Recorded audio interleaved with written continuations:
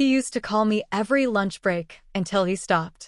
Suspicious, I went to his office and waited outside. When lunch hour hit, I followed him to a cafe and watched as he met her.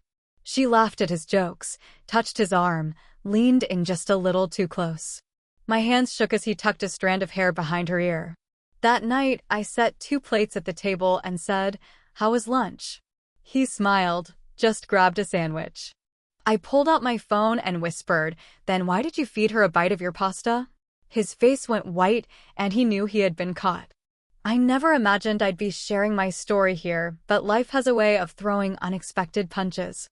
I'm a 42-year-old woman, and my husband, Mark, is 45. We've been married for 18 years, building a life together in the suburbs of Chicago. Our days were filled with the usual routines: work, managing our 2 teenage kids, and finding moments for ourselves amidst the chaos. One constant in our daily lives was Mark's lunchtime calls. Every day, like clockwork, he'd ring me up during his break. It was our little ritual, a brief connection in the middle of our busy schedules. We'd chat about our mornings, share a laugh, or sometimes just enjoy a comfortable silence. It was a small gesture, but it meant the world to me. It made me feel connected to him, even when we were miles apart. But then, the calls stopped. At first, I didn't think much of it. Maybe he was swamped with work or had meetings that ran over. But as days turned into weeks, the silence during lunch became deafening. I couldn't shake the feeling that something was off. My mind raced with possibilities, but I tried to push them aside, convincing myself that I was overthinking. One Friday, the unease became too much to bear. I decided to surprise Mark at his office downtown. I took the train into the city, my heart pounding with anticipation and anxiety. I arrived a little before noon and positioned myself across the street from his building, hoping to catch a glimpse of him during his break. As the clock struck 12:15, I saw him exit the building. But he wasn't alone. A woman walked beside him, laughing at something he said. They seemed comfortable, familiar. My stomach churned as I watched them stroll down the street together. They entered a cafe, a quaint little spot we used to frequent on our rare date nights. I hesitated for a moment, then decided to follow them inside. I found a seat near the back, partially obscured by a large plant, giving me a clear view of their table without being too conspicuous. From my vantage point, I observed their interaction. The woman, a brunette with a bright smile, leaned in close to Mark, hanging onto his every word. She laughed at his jokes, touched his arm lightly, and maintained eye contact that lingered just a bit too long. My heart sank as I watched Mark tuck a strand of her hair behind her ear, a gesture so intimate, so familiar. It felt like a dagger to my heart. I sat there, frozen, as they continued their lunch, sharing bites of food and engaging in what seemed like playful banter. The world around me blurred as I tried to process what I was witnessing.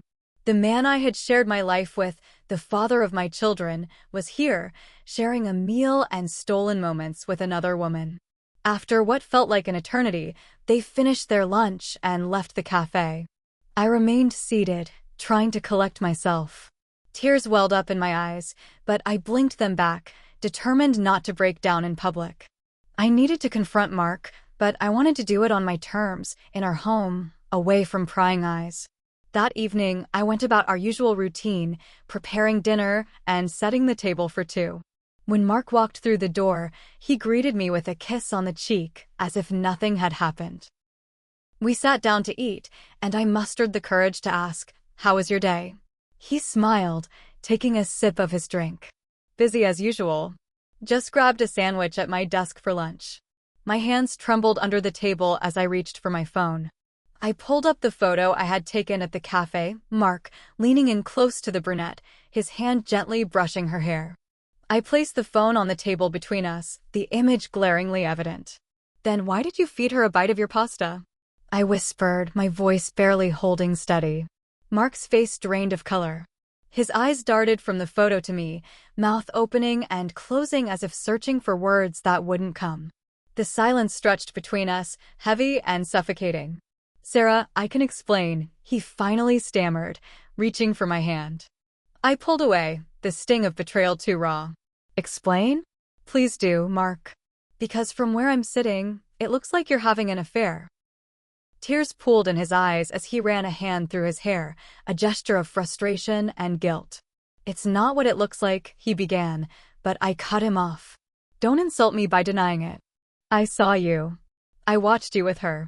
The dam broke and tears streamed down my face. After all these years, after everything we've built together, how could you? Mark buried his face in his hands, shoulders shaking. I'm so sorry, Sarah. I never meant to hurt you. But you did, I shot back, anger flaring amidst the pain. You made a choice, Mark. Multiple choices. To lie, to deceive, to betray our family. The confrontation stretched into the night, filled with tears, accusations, and confessions. Mark admitted that the woman's name was Julia, a colleague he'd grown close to over the past few months. What started as innocent work lunches had evolved into something more, a connection he couldn't quite explain but didn't resist. In the days that followed, I was a whirlwind of emotions. Betrayal, anger, sadness, and a profound sense of loss consumed me. I couldn't sleep, couldn't eat. The life I thought I knew had been shattered, and I was left to pick up the pieces. I confided in my sister, Laura, who had always been my pillar of strength. She listened patiently as I recounted everything, offering words of comfort and wisdom. You need to decide what's best for you, Sarah, she said gently. Whether that's counseling, separation, or something else entirely. But remember, you don't have to make any decisions right now. Take the time to heal. Taking her advice to heart, I suggested to Mark that we attend couples therapy. He agreed, desperate to make amends and rebuild the trust he'd broken. Our sessions were intense, unearthing issues we had both ignored for years. Communication breakdowns, unmet needs, and personal insecurities, all laid bare under the therapist's guidance.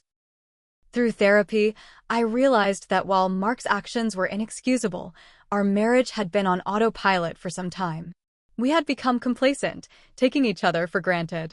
This realization didn't absolve him of his betrayal, but it provided context that was crucial for my healing process. Months passed, and while the pain lingered, it began to dull. Mark showed genuine remorse, cutting off all contact with Julia and making concerted efforts to rebuild our relationship. Trust, once broken, is not easily mended, but we were both committed to the arduous journey of reconciliation.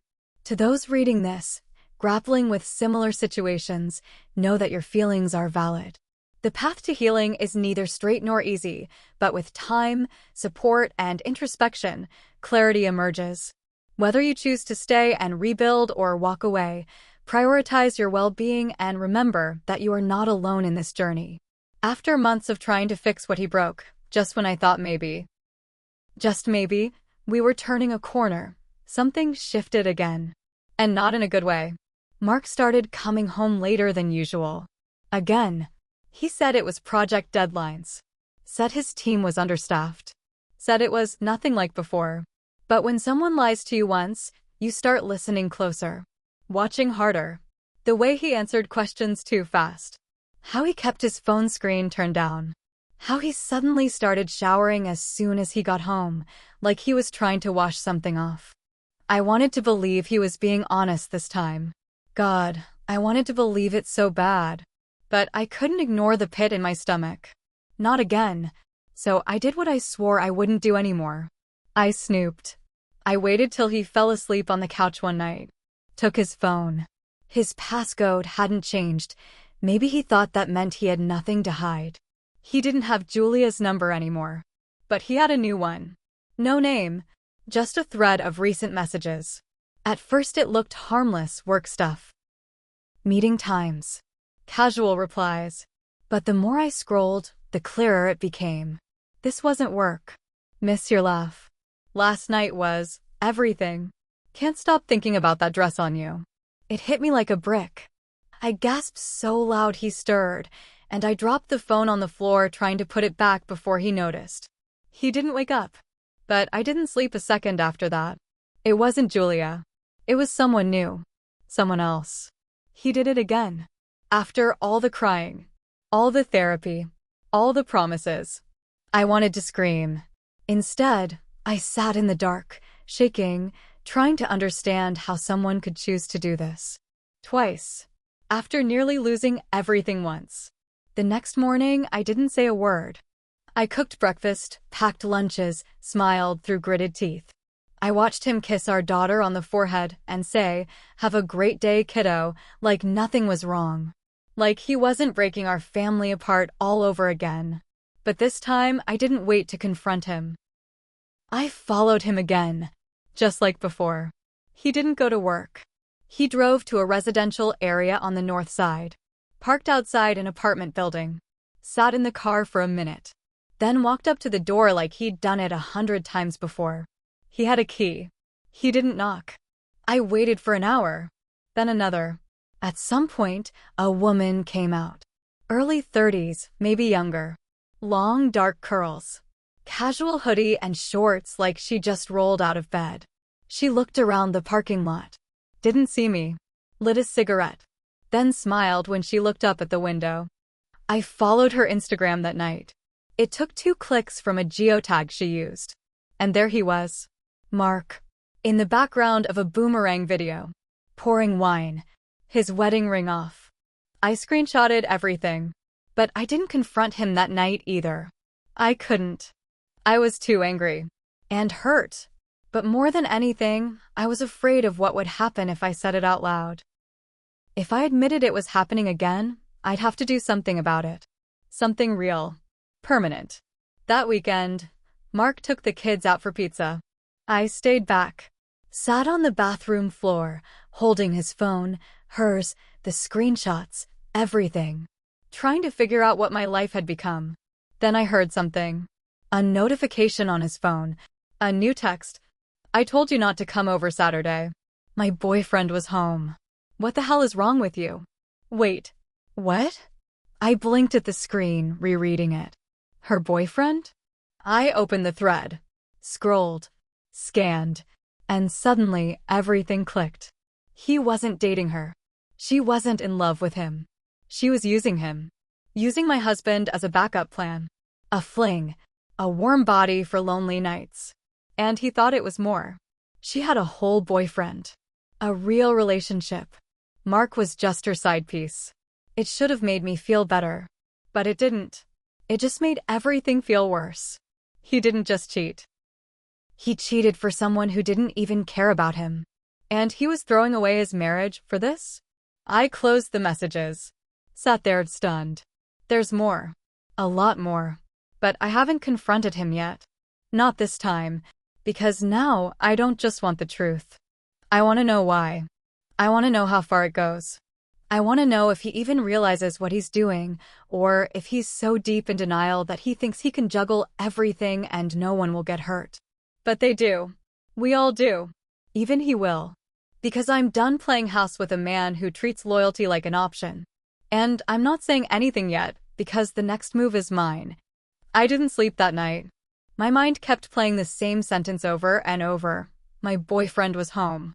It gnawed at me, not just because Mark was cheating again, but because he wasn't even the main guy in her life. He was just the backup, the side character in her story. And she clearly didn't care about hiding it. The next morning, I sent the kids to school and watched Mark walk into the kitchen like nothing was wrong. He poured coffee, made a joke about the weather, kissed my cheek. The same lips he probably used on her the night before. I stared at him and smiled back. I didn't say a word. I started digging instead. I needed to know everything. If he could fall for someone like that, what else didn't I know? And then I found it. A receipt in his coat pocket. From a jewelry store. I felt sick. The date was last week. It wasn't my birthday. It wasn't our anniversary. Christmas was months away. I drove to the store the next day. The clerk remembered him. Tall guy, salt and pepper hair? Said it was a gift for someone really special. Spent a long time picking the right necklace. Very specific about the engraving. My stomach turned. I asked if she remembered the engraving. She pulled it up on the computer. It read, K plus M, always ours. Who the hell was K? Not Julia. Not the new girl. A third one? I couldn't breathe. How many women were there? I thanked the clerk and walked out. I didn't even remember how I got back in my car. I just sat there gripping the steering wheel, staring ahead, heart racing. It wasn't just one affair. It wasn't even two. There were multiple. I felt like my whole life was unraveling. Every memory, every vacation, every kiss goodnight, how many of those moments were real?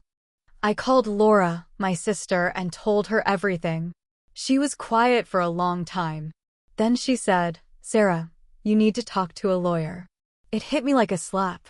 Not because I didn't already know she was right, but because hearing it out loud made it real. I wasn't just a wife anymore. I was someone planning her exit, planning her escape. But the universe had one more gut punch lined up. That weekend, I was cleaning out the garage, just trying to distract myself. I opened an old plastic bin labeled photos and keepsakes, stuff we hadn't touched in years. Buried at the bottom, under some old birthday cards and faded vacation photos, was a small velvet box. I opened it. Inside was a cheap-looking engagement ring. Not mine. Mine was in my jewelry box. Platinum band. Solitaire diamond. This one was gold. Heart-shaped stone. And under it, a folded-up letter. I unfolded it, hands shaking. It was written in Mark's handwriting. "I know we can't be together yet, but when the time's right, I'll leave her. I promise. Just keep wearing this ring when you think of me." No date. No name. Just that. He proposed to someone else, while still married to me. I wanted to throw up. I sat on the garage floor, staring at the box, wondering how I didn't see this before. Had it been there for years? Months? Did she say yes? Did she even exist anymore? Was she Kay? Nothing made sense anymore. All I knew was, the man I married, the one I gave my youth, my loyalty, my whole damn heart to, was a stranger. Worse than that. He was a liar. A serial cheater. And maybe even engaged to another woman. And still, I said nothing. Because now? Now I was collecting evidence. And when the time comes, I want him to feel the ground disappear beneath his feet, just like he did to me. He thinks I don't know. But I know everything. I waited. Days turned into a week. Every interaction with Mark felt like a performance. Me smiling, him pretending everything was fine. The kids didn't suspect anything. They were caught up in school, sports, and teenage drama. I kept the mask on for them.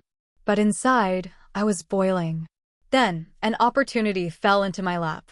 A mutual friend of ours, Diane, was throwing a backyard party for her 50th, small group. Family, friends. Mark had been invited. So had I. So had Laura.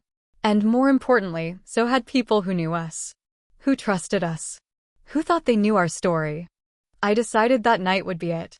The reveal. Mark would never see it coming. I printed the screenshots. I saved the messages. I brought the receipt from the jewelry store, the photo of the ring, even the letter from the box. I tucked them all neatly into an envelope and slid it into my purse. I wore my nicest dress. I did my makeup. I looked like the picture of grace, poise, and someone ready for war. The party started lighthearted. Laughter, drinks, music playing softly in the background. Mark was holding court, talking to a couple of guys from work. I watched him, noting how easily he lied. How he could smile and laugh like his whole life wasn't about to detonate. Then Julia showed up. The first one. I recognized her immediately, even though we'd never been formally introduced. Her eyes scanned the crowd, and for a moment, landed on Mark. Just long enough to confirm something I already knew. There had been more than just feelings. There was history. She smiled and moved on, pretending not to know him. But I saw the flicker in his eyes. Panic. The second woman. Maya, the one who texted him about her boyfriend, wasn't there, thank God. But her absence didn't matter. Because the ring wasn't for either of them. I'd found her. I tracked down the name from an old group photo Mark was tagged in online. One woman, standing just a little too close, arm around his back. Kendra. She used to work at his firm, apparently left last year. She was there too, wearing the necklace. I didn't need the engraving. I knew it when I saw it. Gold chain, small diamond heart. She wore it proudly, unaware, or maybe too aware of what it really meant. The moment had arrived. I walked to the center of the yard, tapped a glass with a spoon, like someone about to give a toast. The music lowered, people turned. Mark looked up, confused. Curious. "Hi, everyone," I said, smiling. "I just want to thank Diane for hosting such a beautiful night. It's so nice to be surrounded by friends. Family. People who love and respect each other." Mark's face changed. Just a flicker. He knew me well enough to know something was coming. And since we're all here, I continued, I thought it might be the perfect time to celebrate something else. I pulled the envelope out of my purse. Our marriage. People clapped awkwardly. Mark gave a tight smile. I walked over to him slowly. And since Mark has given so much of himself to so many women, I thought I'd share some of those beautiful moments with all of you. His face dropped. "Like these messages," I said, pulling out the screenshots, between Mark and a woman who told him not to come over because her boyfriend was home. Gasps. "And this letter," I said, holding up the folded page, written in his handwriting to a woman he proposed to while still married to me. Sweet, right? Dead silence. "And this receipt, from the necklace currently hanging around Kendra's neck." Kendra instinctively reached up and touched it, then froze. Her mouth opened slightly, eyes darting from me to Mark. She turned white. "I thought you said you were divorced," she whispered loudly. And that was it. All the threads pulled at once. Mark stammered. "Sarah, please, can we talk in private?" "No," I said sharply.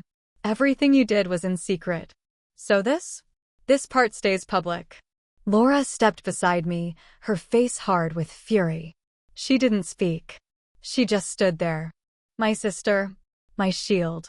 Kendra threw her drink down and stormed out. Julia quietly walked away, blending into the crowd. Mark turned to me, his voice shaking. I don't know what to say." "Try sorry," someone muttered from the crowd. He ran his hand through his hair. "I was stupid. I was lonely. It didn't mean." I cut in.